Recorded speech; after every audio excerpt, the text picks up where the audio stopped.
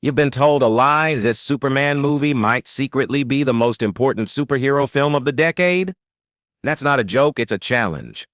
Why are millions saying this reboot feels more like a bold political statement than just another comic book flick? And why are even die-hard Henry Cavill fans calling this a spiritual reset for the character? Stick around, because there's a secret about this film's message that I will reveal later in this video. Let's rewind. For years, fans begged for a new Superman movie, but after the collapse of the Snyderverse, it felt like hope was gone. Then James Gunn stepped in, not just as a director, but as the architect of DC's future. And with this movie, he didn't just reboot a franchise, he redefined an icon. What makes this version different? That's what we're about to uncover.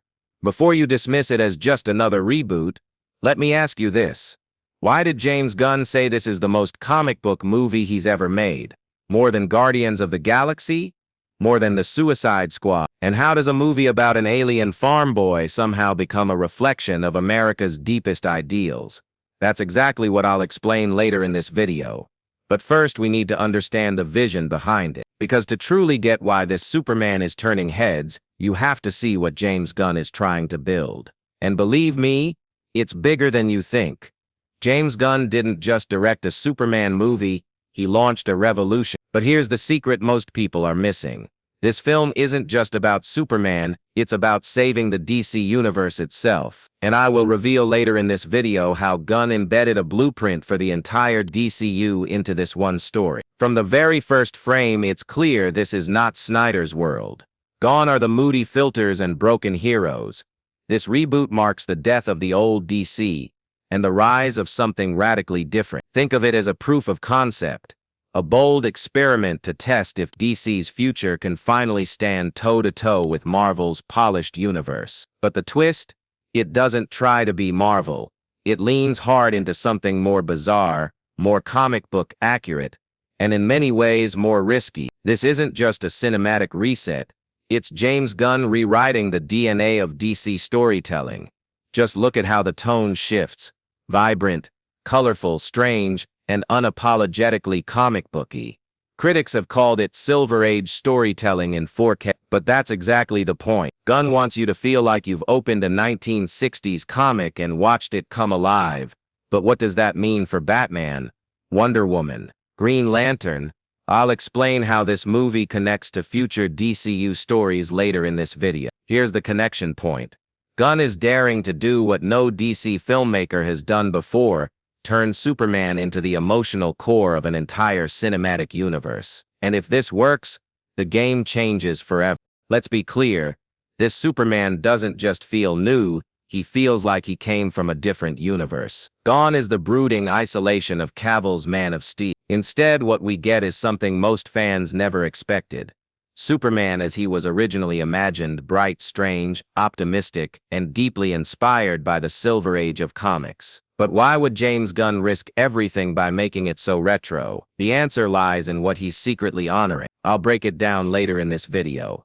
This movie isn't just a love letter to Superman, it's a love letter to comic books themselves. From the moment the film begins, you're plunged into a world filled with kaiju, pocket dimensions, bizarre robots, and yes, talking dog. But don't mistake the absurdity for weakness.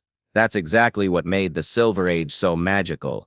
You'll recognize direct inspirations from Grant Morrison's All-Star Superman and designs that echo Frank Quitely's artwork, including the iconic Superman robot. It's not just homage, it's adaptation.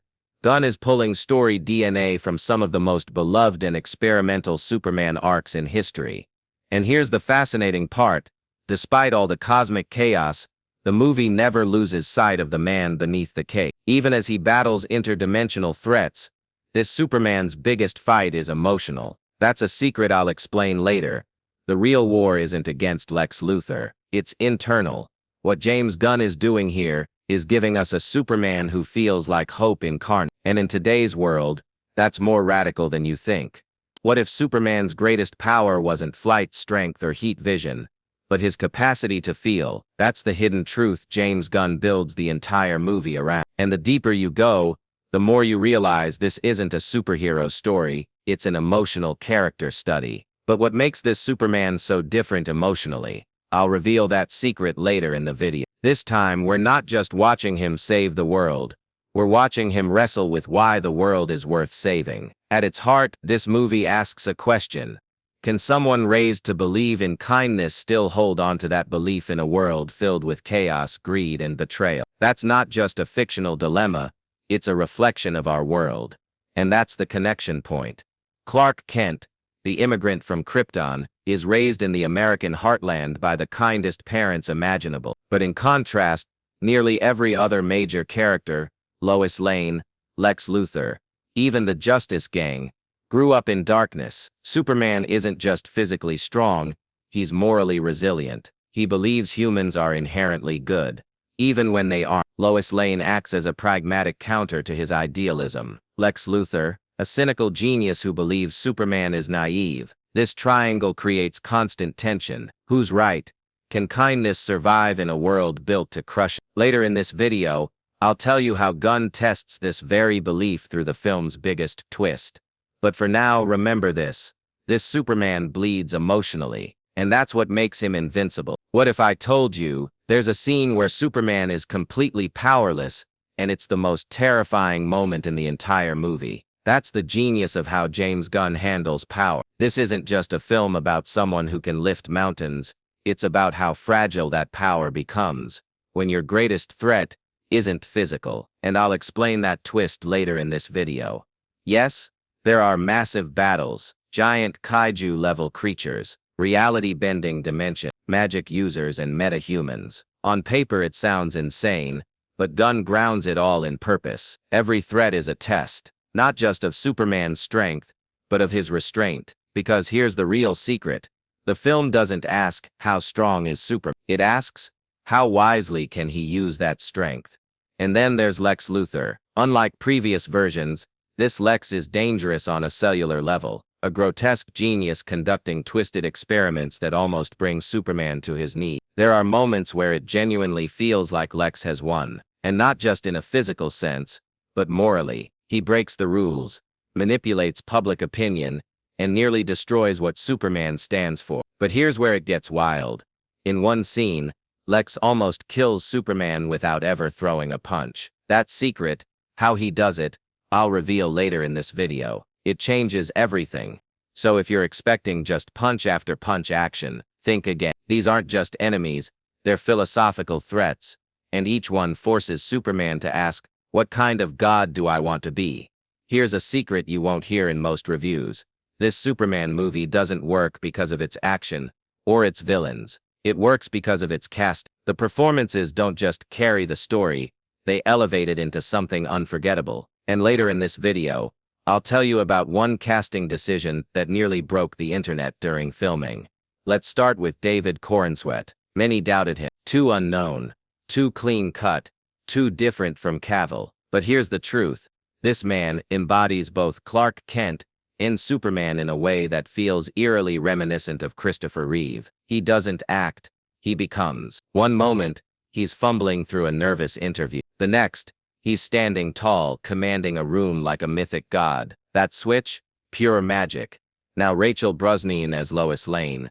Sharp, fearless, and deeply grounded. Her chemistry with Corenswet isn't just good, it's explosive. Their banter in the interview scene, that was their audition tape, and it became one of the most talked about moments online. Then we have Nicholas Holt's Lex Luthor. Forget Eisenberg's manic tech bro. Holt's Lex is cold, calculated, and horrifyingly real. Inspired by Michael Rosenbaum's Smallville portrayal, this Lex blends billionaire ruthlessness with twisted charisma. And we haven't even talked about Krypto. Yes, the superdog, but he's not comic relief. He's a core character, emotionally tethered to Clark's humanity. I'll explain his deeper meaning later. Every actor, Jimmy Olsen, Guy Gardner, Mr. Terrific, feels precise, not just included. This cast isn't just here to support Superman, they define him. This isn't just a movie, it's a week in the life of a god. But here's the twist. James Gunn doesn't present Superman as some untouchable deity. He frames him like a working man. And I'll reveal later in this video How a single shot of Superman's boots became the perfect metaphor for this entire tone shift. The film is structured like a series of episodes, mini adventures that feel almost like chapters in a comic book. One day, he's fighting a dimension-bending sorcerer. The next, he's dealing with bureaucratic red tape from government agency. Each episode reveals a different layer of what makes Superman, Superman. And here's the genius.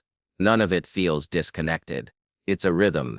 Superman wakes up, puts on the boots, faces an impossible challenge, and somehow keeps going. That's not just structure, it's philosophy. Gunn frames him, not as a perfect icon, but as someone clocking in every day to fix a broken world. But what really catches people off guard, the tone. It's playful, even silly at times. There are jokes, there's heart. Some fans hated it too soft, too colorful. But what if that's the point? Gunn isn't trying to make Superman cool, he's trying to make him good, and that's way harder. I'll talk more about the controversial tonal shift in just a minute, especially how it compares to Zack Snyder's darker version. But one thing's clear, this movie isn't about style, it's about soul, and that may be what saves the DCU. Here's the truth no one's admitting. This Superman movie isn't perfect, and that's what makes it so fascinating. In fact, there are moments where it barely holds together, scenes that drag, characters that fizzle, and tonal shifts that will absolutely divide audiences. But what if I told you, that's exactly what James Gunn wanted? I'll explain that hidden intention later in this video. First, the structure. While the episodic format adds charm, some of those episodes feel like filler. A few action beats repeat themselves. One or two characters appear, make a quip, then vanish. It doesn't ruin the story, but it exposes it. You start to see the strain, you feel the pacing falter, and yet, you keep watching. Why? Because for every lull there's a moment of pure magic. But yes, the tonal shift is divisive. This is not the serious, brooding Superman of Man of Steel. This is Smallville, if it were shot with a $200 million budget. For fans who loved Cavill's grim godlike figure, this will feel like whiplash. Even the return of the classic red trunks. Yes, those trunks has sparked debate, camp or courage. And then there's the comedy. Nathan Fillion's Guy Gardner is so goofy, it almost tips the whole movie into parody. Almost. I'll reveal later how Gunn walks that fine line.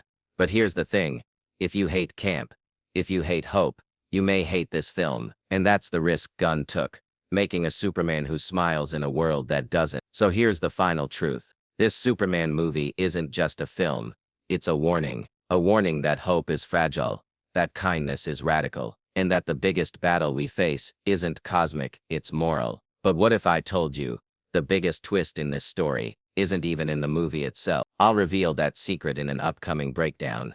As the credits roll, you're not left with adrenaline, you're left with questions, not just about Superman's future, but ours. Can idealism survive in a cynical world? Can kindness defeat corruption? Can someone still believe in truth and justice when the world doesn't believe in them? James Gunn dares to say yes, but the movie doesn't force that belief. It tests it, through Lex Luthor's manipulation, through the doubt in Lois Lane's eye, through every failure Superman endures across the film's episodes. And in the end, he's not the greatest superhero because he's the strongest, but because he chooses to stay good. So here's your call to action. If you've ever doubted whether modern superhero films can still inspire, go watch this movie. Then ask yourself, who is your Superman? And if you think you've seen all this film has to offer, think again, because in my next video, I'll break down the post-credit scenes, including the one that changes everything for the future of the DCU. I'll also reveal a secret cameo that barely anyone caught. Subscribe, because the real story, it hasn't even started yet.